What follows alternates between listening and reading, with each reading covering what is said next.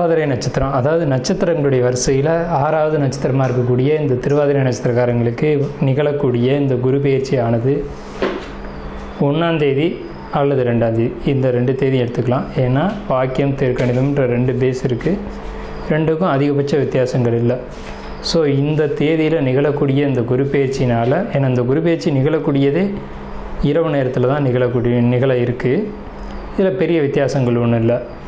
இந்த குரு பெயர்ச்சி திருவாதிரை நட்சத்திரத்துக்கு என்ன பலன்களை கையில் வச்சுருக்கு அப்படிங்கிறத நம்ம பார்ப்போம்.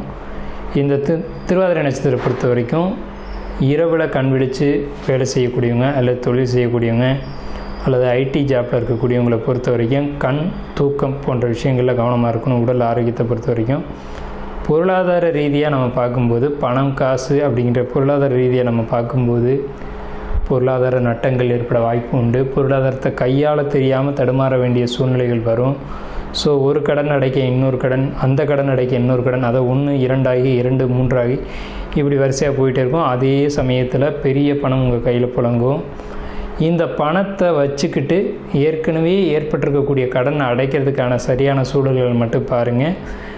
அடைக்கக்கூடிய சூழல்கள் உங்களுடைய புத்திசாலித்தனத்தால் அதை ஏற்படுத்திக்கலாம் அப்படின்ற ஒரு அமைப்பு இருக்குது. அதை பயன்படுத்தி இந்த பெரிய தொகையை வச்சு 2 கடன்களை அடைச்சி, இந்த ஒரு கடனோட இந்த கடன் ஒரு மானியமான ஒரு கடனை வாங்கி நீங்கள் அடுத்தடுத்த லெவலுக்கு போகக்கூடிய ஒரு அமைப்பு, ஒரு யோகம் அப்படிங்கிறது இந்த குரு பெயர்ச்சி நிச்சயமாக கொடுக்கும். இந்த குரு பெயர்ச்சி உங்களுக்கு சிறப்பான குரு பெயர்ச்சி. இதை பயன்படுத்திக்கணும்.